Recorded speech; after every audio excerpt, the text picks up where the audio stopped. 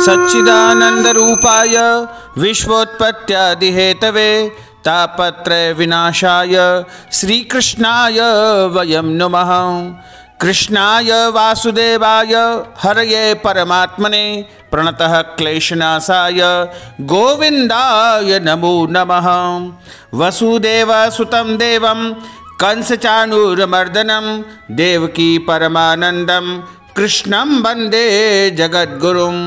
देहि सौभाग्यम आरोग्यम देहि मे परमं सुखम रूपम देहि जयम देहि यशो देहि दिशो जहि। वट सावित्री व्रत कथा सुनने मात्र से मिलेगा 7 जन्मों का अखंड सौभाग्य। मित्रों, सादर जय श्री कृष्ण। हमारे YouTube चैनल में आप सभी का बहुत बहुत स्वागत है। आज हम आपको वट सावित्री व्रत की कथा सुनाने जा रहे हैं। ज्येष्ठ माह के कृष्ण पक्ष की अमावस्या तिथि को सत्यवान को पुनर्जीवन सावित्री के माध्यम से मिला था। सती सावित्री के तपोबल के कारण ही सत्यवान की जिंदगी वापस लौटी थी। इसी कारण से इस दिन का सबसे अधिक महत्व माना जाता है। सभी सौभाग्यवती महिलाएं अपने पति की लंबी आयु के लिए ज्येष्ठ माह के कृष्ण पक्ष की अमावस्या के दिन व्रत करके वट वृक्ष का विशेष पूजन अर्चन करके परिक्रमा करती है और वट वृक्ष स्वरूपी ब्रह्मा विष्णु महेश से प्रार्थना करके उनके आशीर्वाद प्राप्त करती है कि जिस प्रकार सती सावित्री को लंबी एवं अखंड सौभाग्य का वरदान दिया था, उसी प्रकार हमारे जीवन में भी अखंड सौभाग्य का वरदान प्रदान करना। इसी प्रार्थना को लेकर के सुबह से व्रत किया जाता है तथा प्रातः सूर्योदय के पश्चात वट वृक्ष के नीचे जाकर के पूजन किया जाता है और पूजन करने के पश्चात वट वृक्ष की विधिवत परिक्रमा करते हैं और पूजन संपन्न होने के बाद में यह कथा सुनी जाती है। वट सावित्री की कथा सभी को सुनना चाहिए। स्त्री पुरुष और अन्य सभी लोग इसको सुन सकते हैं। जो भी इस कथा को सुनता है उसका दुर्भाग्य समाप्त हो जाता है और उसके जीवन में सौभाग्य की प्राप्ति होती है। यह व्रत कुंवारी कन्या भी कर सकती है ताकि उसका होने वाला पति लंबी आयु वाला हो। साथ ही विधवा महिला या अन्य महिलाएं भी इस व्रत को कर सकती है, क्योंकि यह व्रत करने से जन्म जन्मांतर तक अखंड सौभाग्य प्राप्त होता है। महिलाएं अपने पति की लंबी आयु के लिए इस व्रत का अनुष्ठान करती है और यह व्रत विशेष रूप से महिलाओं के लिए सबसे ज़्यादा महत्वपूर्ण माना जाता है। इस व्रत को यदि सच्ची निष्ठा से, सच्ची भक्ति से, सच्चे विश्वास से किया जाए तो पुण्य तो प्राप्त होगा, लेकिन जीवन में कोई भी परेशानी नहीं आएगी तथा पति के ऊपर आने वाले संकट हमेशा हमेशा के लिए समाप्त हो जाएंगे तथा उनके पति को दीर्घायुष्य प्राप्त होगा और उनके जीवन में अखंड सौभाग्य की प्राप्ति हो जाएगी। वट सावित्री अमावस्या के दिन प्रातःकाल सभी महिलाएं जल्दी उठकर के स्नान करती है और स्नान करने के पश्चात 16 श्रृंगार धारण करती है तथा एक बांस की टोकरी में सभी पूजन सामग्री एकत्रित करके और वट वृक्ष के नीचे जाकर के विधिवत पूजन करके परिक्रमा करती है और उसके पश्चात यह कथा सुनी जाती है। तो अब हम आपको वट सावित्री व्रत की जो दिव्य और प्राचीन कथा है वह सुनाने जा रहे हैं। आप इस कथा को अंत तक जरूर सुनिएगा, ध्यान लगाकर, मन लगाकर के सुनिएगा, तभी आपको इसके पुण्य फल की प्राप्ति हो सकेगी। यदि कोई व्रत नहीं कर पाते हैं या किसी कारण से पूजन पाठ नहीं कर पाते हैं, उनको भी यह कथा सुनना चाहिए, जिससे पूजन का और व्रत का संपूर्ण फल उनको प्राप्त हो सकेगा। बोलिए लक्ष्मी नारायण भगवान की जय, शंकर भगवान की जय, धर्मराज भगवान की जय। सावित्री और सत्यवान की कथा सबसे पहले महाभारत के वन पर्व में मिलती है।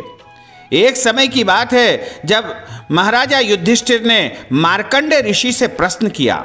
उन्होंने पूछा कि हे ऋषिवर, कृपा करके मुझे आप ये बताइए कि द्रौपदी तो सती है, लेकिन उससे भी बड़ी सती यदि कोई हुई हो तो आप कृपा करके उसकी भक्ति के बारे में मुझे ज्ञात करवाइए।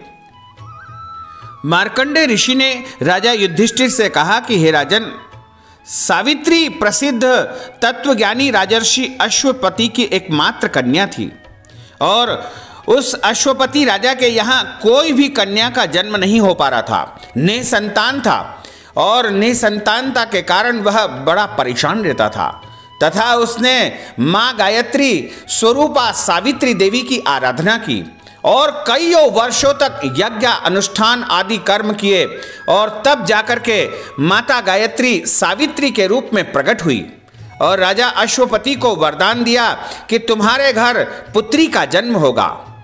माँ गायत्री की कृपा से उनके यहाँ पर एक सुंदर पुत्री का जन्म हुआ और राजा ने अपनी कन्या का नाम माँ गायत्री के नाम पर यानी सावित्री उसका नाम रख दिया गया। सावित्री बचपन से ही बड़ी भक्त थी, ज्ञानी थी, विद्वान थी और कई सद्गुण उनके अंदर विराजित थे। साथ ही दिखने में भी बड़ी सुंदर और सुशील थी। लेकिन राजा अश्वपति उस कन्या के लिए कोई भी वर नहीं खोज पा रहे थे।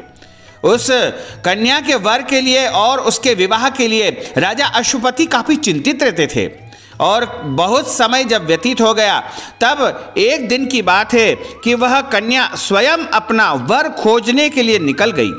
अपने वर की खोज में जाते जाते उसने निर्वासित और वनवासी राजा द्युमत्सेन के पुत्र सत्यवान को पति रूप में प्राप्त करने के लिए निवेदन किया।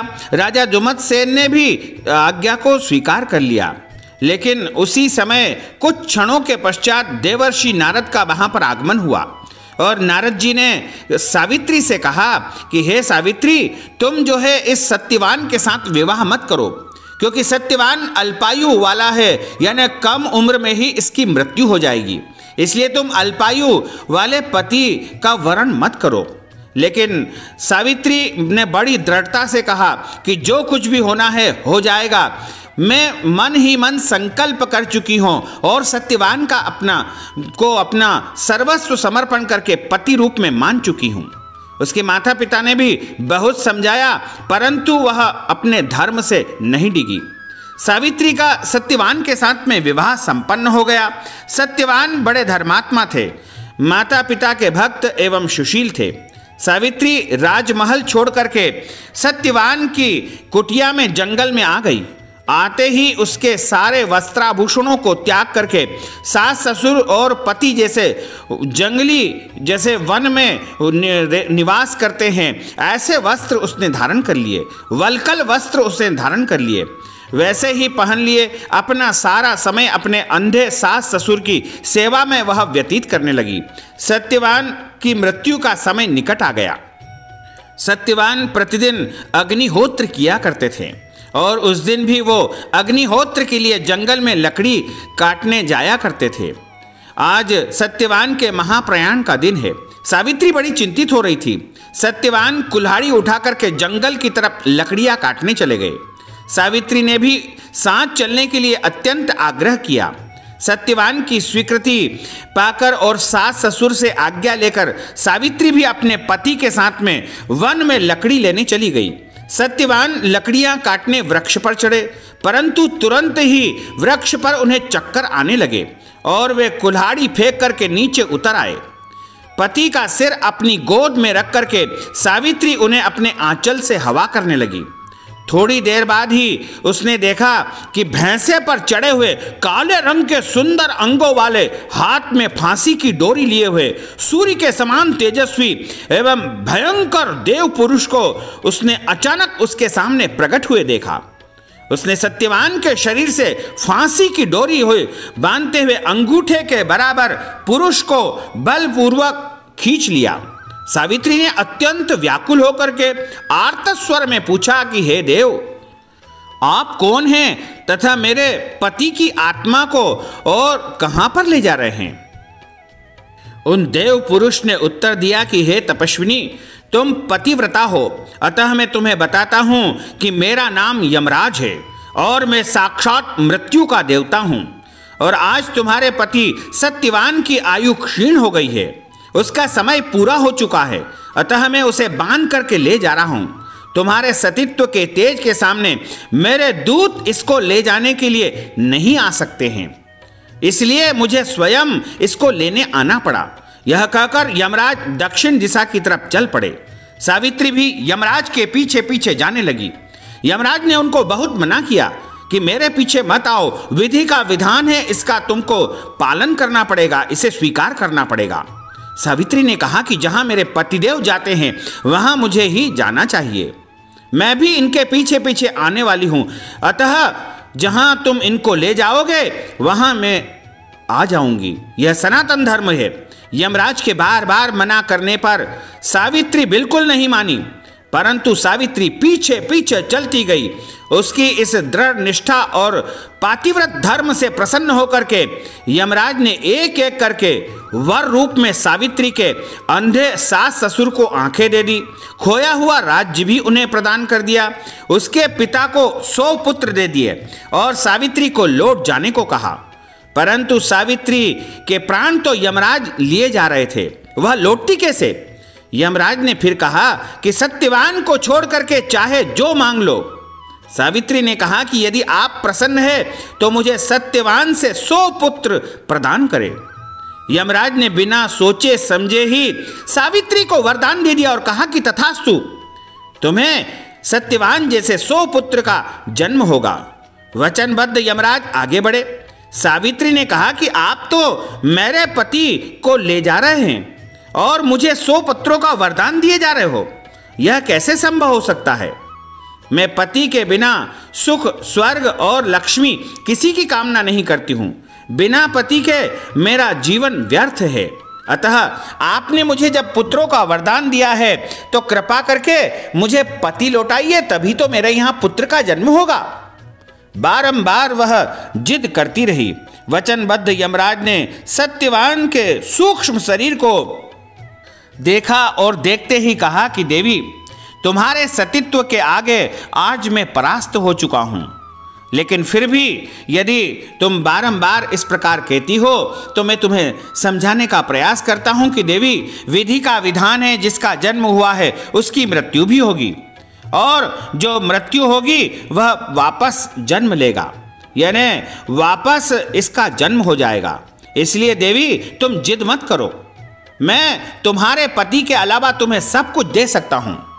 लेकिन एक वट वृक्ष के नीचे यमराज और सती सावित्री का संवाद हुआ और सती सावित्री जिद पर अड़ गई, यदि तुम मुझे अपने पति नहीं लौटाओगे तो आज मैं अपने प्राणों का त्याग यहीं पर कर दूंगी। बारंबार जिद करने पर यमराज को सती सावित्री के आगे झुकना पड़ा तथा वरदान में यह भी कहा कि इस तिथि के दिन, यानी ज्येष्ठ माह के कृष्ण पक्ष की अमावस्या तिथि के दिन वट वृक्ष का कोई भी महिला यदि पूजन करेगी तो उसे अखंड सौभाग्य का वरदान प्राप्त हो जाएगा और उसके जीवन में कभी भी दुर्भाग्य प्रवेश नहीं कर पाएगा। इस प्रकार वरदान देकर के और पुनः उसकी आत्मा को, यानी उसके शरीर को जीवन दान देकर के यमराज वहां से अंतर्ध्यान हो गए। इस प्रकार ज्येष्ठ माह के कृष्ण पक्ष की अमावस्या के दिन वट वृक्ष के नीचे सावित्री ने अपने पतिव्रत धर्म से मृतक पति को पुनः जीवित कराया था। तभी से यह व्रत वट सावित्री व्रत के नाम से जाना जाता है। वट पूजा से जुड़ी और भी कई मान्यताएं हैं। इस दिन वट वृक्ष का, चूंकि वट वृक्ष जो है लंबी आयु वाला होता है, सारे जितने भी वृक्ष होते हैं उनमें लंबी आयु वाला वट वृक्ष होता है और वट वृक्ष में स्वयं ब्रह्मा विष्णु महेश का निवास माना जाता है। इसीलिए वट वृक्ष के नीचे जो भी महिलाएं अपने पति की लंबी आयु के निमित्त पूजन पाठ करती है, उपवास करती है, व्रत करती है, उसके पति को लंबी आयु की प्राप्ति होती है। अतः सभी महिलाओं को वट सावित्री का व्रत करना चाहिए तथा वट वृक्ष का पूजन करना चाहिए, जिससे उनके जीवन का दुर्भाग्य समाप्त हो जाता है और उनको कई जन्मों तक अखंड सौभाग्य का वर प्राप्त हो जाता है। बोलिए श्री लक्ष्मी नारायण भगवान की जय, श्री वृंदावन बिहारी लाल की जय, गोपाल कृष्ण भगवान की जय, काशी विश्वनाथ भगवान की जय, महाकाल राजा की जय, धर्मराज भगवान की जय।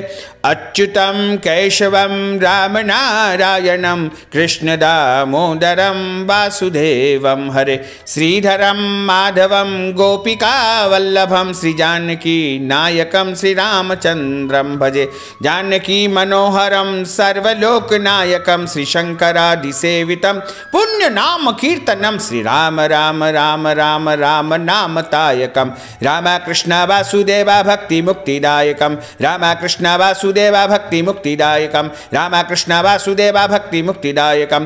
बोलिए श्री वृंदावन बिहारी लाल की जय। धर्म की जय हो, अधर्म का नाश हो, प्राणियों में सद्भावना हो, विश्व का कल्याण हो, सनातन धर्म की जय हो, गौ माता की जय हो, नगर बस्ती की जय हो, आज के आनंद की जय हो, कल के आनंद की जय हो, परसों के आनंद की जय हो, बरसों बरसों के आनंद की जय हो।